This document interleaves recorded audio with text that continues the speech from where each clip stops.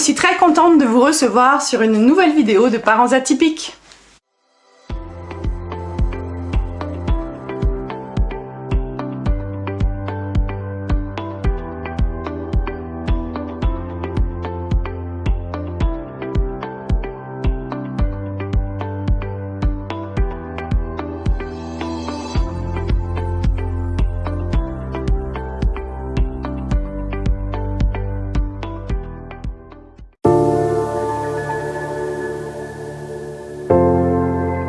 C'est avec un grand plaisir qu'aujourd'hui on va parler d'un nouveau sujet chez les TSA, les personnes avec un trouble du spectre de l'autisme.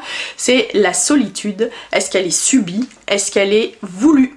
Donc la solitude chez la personne autiste, on croit souvent à tort que la personne autiste ne veut voir personne, qu'elle déteste les gens et que la sociabilisation est hyper compliquée.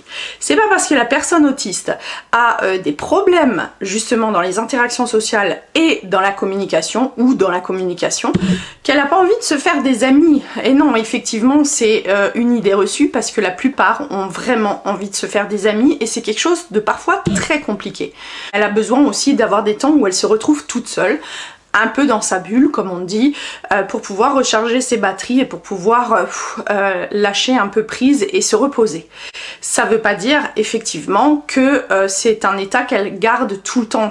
Souvent les personnes autistes subissent cette solitude parce que en plus à cause des interactions sociales, le groupe est quelque chose de difficile à gérer. C'est pourquoi on voit souvent des enfants autistes qui ont qu'un seul ami, qui sont très fusionnels, qui sont très exclusifs. C'est pas parce que c'est un enfant qui n'arrive pas à se faire d'autres amis, c'est parce que ça lui demande énormément d'énergie, énormément d'adaptation.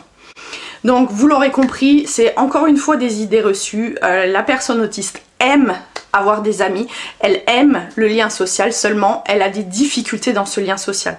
Alors j'en appelle vraiment à tous les neurotypiques. Si vous avez un ami ou une amie qui est autiste, parce que des fois vos relations vont être compliquées, des fois comme la personne n'a pas l'implicite, n'a pas le second degré, n'a pas toutes ces choses, et bien ça peut devenir très vite conflictuel et vous allez être dans l'incompréhension. Vraiment j'appelle à ce que vous soyez dans la patience parce que ça veut pas dire que la personne ne vous apprécie pas ou qu'elle ne vous respecte pas, c'est tout simplement qu'elle n'a pas compris les choses. C'est peut-être justement l'occasion, à froid, de revenir sur des choses et leur expliquer votre point de vue avec les mots justes. Et c'est ainsi que les personnes autistes vont avancer tout doucement à une meilleure intégration, à une meilleure inclusion et puis à des relations beaucoup plus apaisées et beaucoup plus saines. Je vous remercie d'avoir écouté cette vidéo. Si vous avez aimé, un petit pouce, n'hésitez pas à partager et j'espère que je vous ai encore ouvert le regard.